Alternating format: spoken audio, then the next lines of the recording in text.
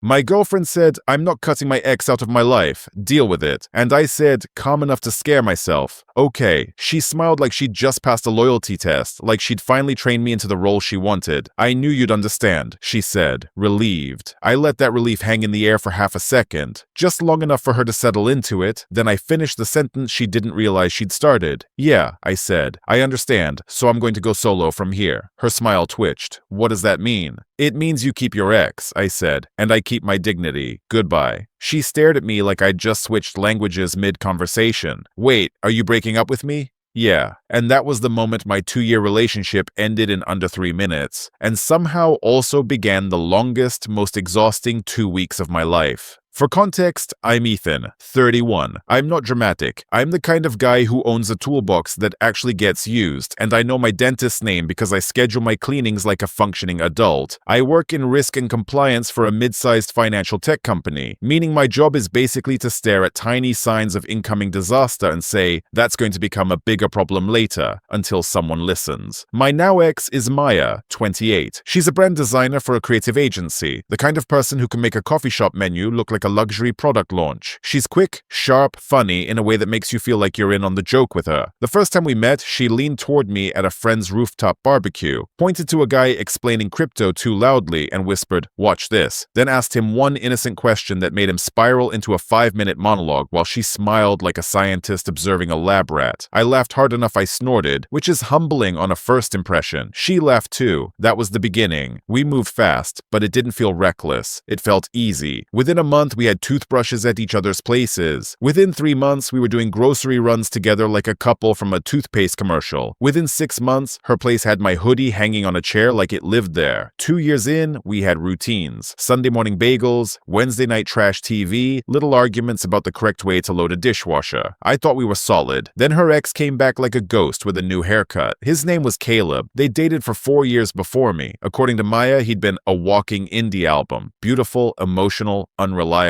Always working on a project, always almost getting it together, always 1 gig away from a stable life. She told me she ended it because she got tired of being the responsible one. He's a good person, she said once, shrugging. He just doesn't grow up unless life forces him. Fine. Exes exist. Everyone has a past. I wasn't threatened by the concept of a guy who used to date my girlfriend. I should have been threatened by the pattern. About 6 or 7 weeks ago, she told me Caleb had texted her out of nowhere. At first, it was framed like a harmless oddity. He apologized, she said, sitting cross-legged on my couch, phone tilted toward me like evidence. Says he's been working on himself. What changed? I asked. He got a job, she said, like that was the moral of the story. Like a real job. Audio stuff. Studio work. Okay, growth. Great. People can change. She said she wanted closure, which can mean anything from one conversation to bury the past to missing the emotional adrenaline and wanting it back. But I believed her. Why wouldn't I? She told me. She included me. She didn't hide it at first. She replied. Then he replied. Then it became a thread. Then he suggested coffee. It's just coffee, she said, like a normal adult conversation. I said okay, because I'm not going to be a villain in someone else's story. I'm not going to be the boyfriend who forbids things. I'm not going to be the guy who tries to control someone into being faithful. Coffee happened, then it became we talked for 2 hours. Then it became we're on good terms. Then it became we're friends. And suddenly Caleb's name lived permanently on her lock screen.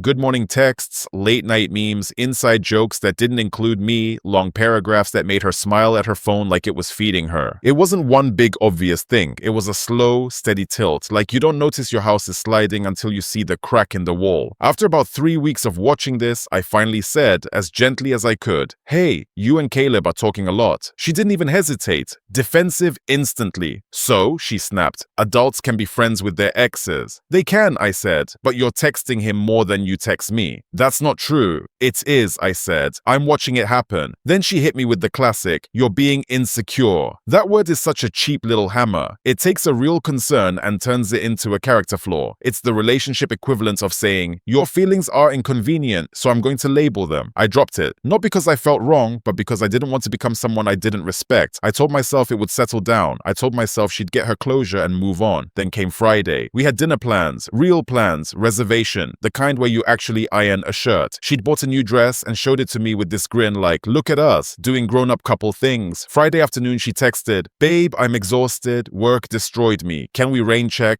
I need to decompress. Her job is stressful, so I said the normal supportive boyfriend thing. Of course, rest, take care of yourself. 3 hours later, she posted an Instagram story. Maya, Caleb, an indie venue downtown, grainy neon light, drinks, smiling like a memory. And she was wearing the dress for our dinner. I stared at my phone like it had personally insulted me. I didn't message her, I didn't call. I screenshotted it and put my phone down like it was hot. Saturday, she came over like nothing happened. Like she hadn't cancelled on me to go play nostalgic girlfriend with the guy who was supposedly just closure. We were making coffee and I said casually, "So how was your restful night in?" She didn't flinch. "Amazing, I feel way better."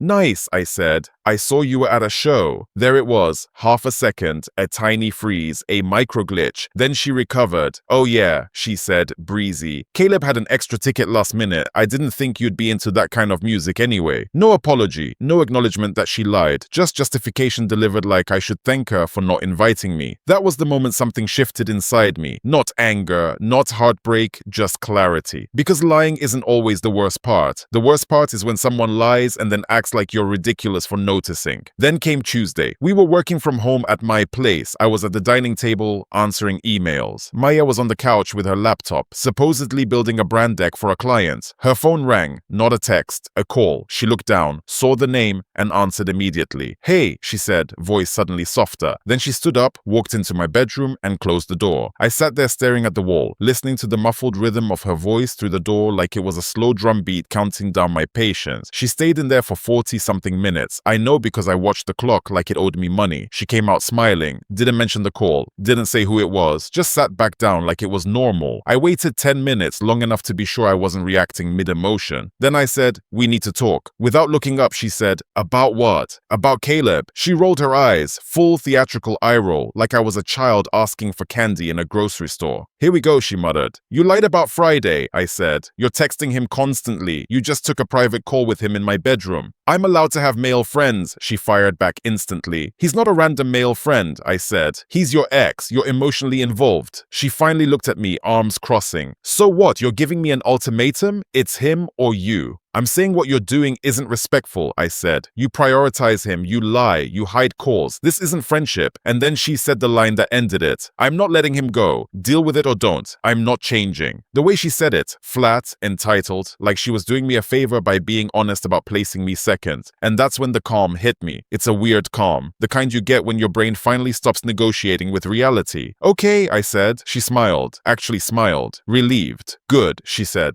"I knew you'd understand. You're not like other guys." I nodded once. "I understand you're choosing that situation, so I'm choosing something too. I'm going solo from here." Her eyebrows knitted. "What does that even mean?" "It means you keep your ex," I said, "and I keep my dignity. We're done." It took her a second to process, then the panic hit. "Wait, what? You're breaking up with me over this?" "Over the lying," I said. "Over the disrespect. Over you telling me to deal with it." Her eyes filled instantly, full tears. "I thought you trusted me." "I did," I said. "Then you lied." "It was one time," she sobbed. "One time that I caught," I said. "How many times did you decompress alone and actually hang out with him?" Silence. Her face answered before her mouth did. I breathed out, slow. "You need to leave." She snapped from tears to anger like flipping a switch. "This is basically my apartment too. You don't pay rent here," I said. "Your name isn't on the lease. Please leave." She grabbed her laptop, charger, the hoodie she'd left here, muttering the whole time, "You're overreacting. You'll regret this. No one is going to tolerate your jealousy issues." At the door, she turned and delivered the final boss line. "I'm a catch," she said. "You just screwed yourself." "Doubt it," I said. "Bye." I closed the door, locked it, stood there breathing like I'd been holding my lungs hostage. Then my friend Drew texted me. "Dude, she just posted on her story, when your boyfriend chooses his ego over love." So I blocked her. Instagram, phone number, everything. I ordered food. I watched a dumb show. I felt relieved. And then the circus opened. My phone still logged blocked calls. It looked like spam, dozens of attempts. Then she used her sister's phone. I answered because I didn't recognize the number. "Hello?" "Finally," Maya snapped. "Why did you block me? That's so immature." I paused. "Is this you calling from someone else's phone to get around a boundary?" "Violate a boundary?" she scoffed. "Oh my God, listen to yourself." "We already talked," I said. You didn't let me explain. You had weeks, I said. You spent them lying and calling me insecure. Same loop, same script, like she couldn't comprehend consequences. This is ridiculous, she said. Are you seriously ending things over a friendship? Not a friendship, I said. An emotional affair. Then I hung up and blocked the sister's number too. An hour later, her best friend texted me saying there'd been a misunderstanding. I replied, no misunderstanding. She chose that. I chose me. The friend said I was being unfair. I replied, we're not together anymore. My fairness isn't her problem. Blocked. 2-for-1 special. Then her mom called, left a voicemail about how Maya made a small mistake. Small mistake. Interesting way to describe sustained lying and emotional cheating. I deleted it. At work, a mutual friend pulled me aside. Dude, what happened? Maya's blowing up the group chat saying you dumped her out of nowhere. Out of nowhere? I laughed once. She's been basically dating her ex for a month. He blinked. She said you got jealous because she was friends with an old friend. Old friend, I repeated. Her ex, the one she cancelled our date to go see, the one she lied about. His eyes widened. Oh, yeah, I said. Funny how she left that part out. That night someone knocked on my door. I looked through the peephole. Maya, holding takeout, like a peace offering. I didn't open. She knocked again. I know you're home. Then she started crying in the hallway, loud enough to be heard through the door, performative enough to make me feel like a prop. I texted her from my laptop using a Google Voice number. I'm not opening the door. Leave, or I'm calling building management about harassment. She checked her phone, read it, then left the food outside my door like an offering. There was a note. I'm sorry for lying, but you're wrong too.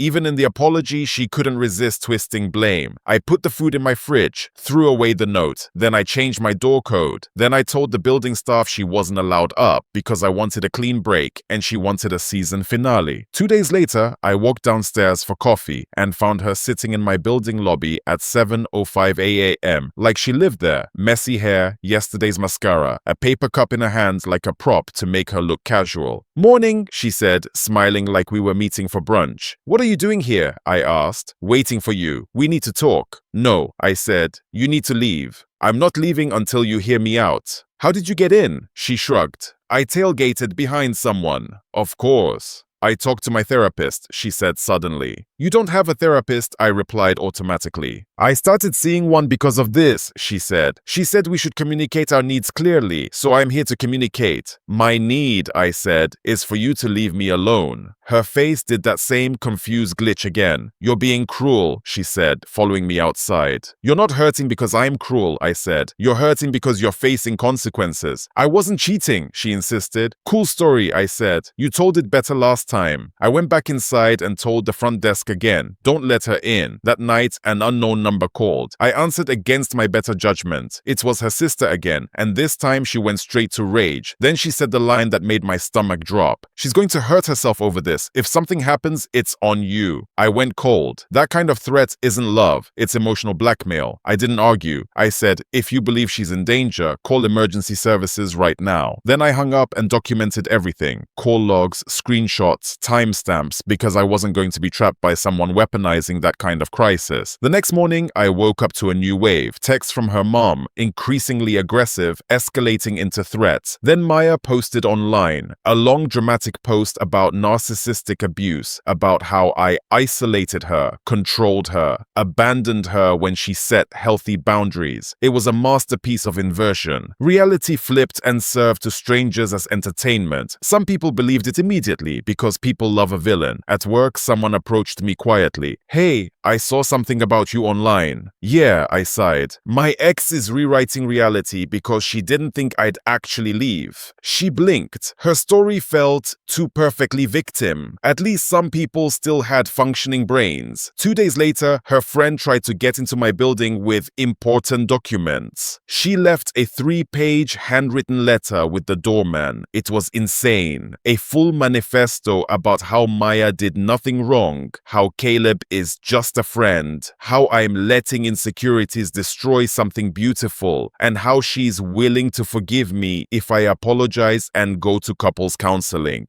Forgive me for leaving after she lied. The last paragraph was an ultimatum. Call me by Friday and we can start fresh. If you don't, I'll know you never really loved me. An ultimatum from the person who broke the trust. That's when I called a lawyer. Not a big dramatic lawsuit fantasy, just a consultation. I laid it all out. The calls, the lobby ambush, the online smear, the third-party harassment, the self-harm threat used as leverage. The lawyer's advice was simple. Document everything. Don't engage, and if she shows up again, file for a protection order. Friday came. I didn't call. Saturday morning, the front desk called my phone. Sir, your ex-girlfriend is here. I closed my eyes. Is she alone? No, sir, she's with a man. And yes, of course, she brought Caleb, the same ex she wasn't letting go of. They were standing in my lobby like they'd rehearsed it. I went downstairs with my phone recording audio in my pocket. Maya looked defiant. Caleb looked like someone who'd been dragged into a mess and regretted waking up. You had until Friday, Maya said immediately,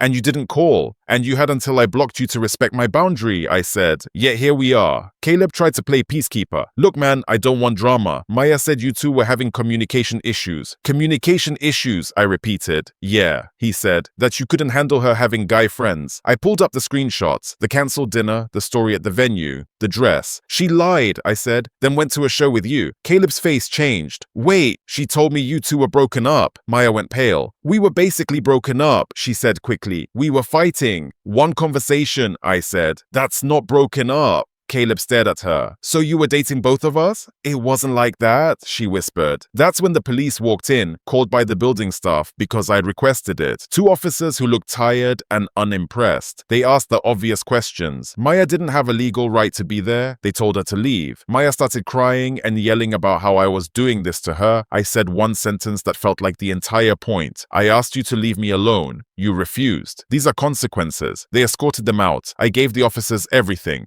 Call logs, screenshots, the online post, the letter, dates. They told me where to file for a protection order. On Monday, I did. Temporary order granted. No contact. Stay away from my home and workplace. Hearing set for later. The order was served. After that, for the first time in weeks, the world went quiet. Then I got one email from Caleb. Subject line, I'm sorry. He said he didn't know she'd lied. He said he cut contact. He said she'd been blowing up his phone calling him a traitor. He apologized for his part in the mess. I didn't respond, but I won't pretend it didn't matter. Because when someone spends weeks telling the world you're controlling and insecure and abusive, confirmation that you're not crazy is its own kind of oxygen. I'm tired. That's the honest feeling. Not heartbroken the way I expected. Not devastated. Just exhausted. I loved a version of someone who, when tested, chose entitlement over accountability, and when she didn't get what she wanted, tried to punish me for having boundaries. But I don't regret leaving. Not even a little. Because here's the simplest truth in the whole saga. She told me clearly, I'm not letting go of my ex, deal with it. So I did. I dealt with it by leaving. And if there's one lesson I tattoo on the inside of my eyelids after all this, it's this. When someone shows you that your dignity is negotiable, believe them. Then choose yourself.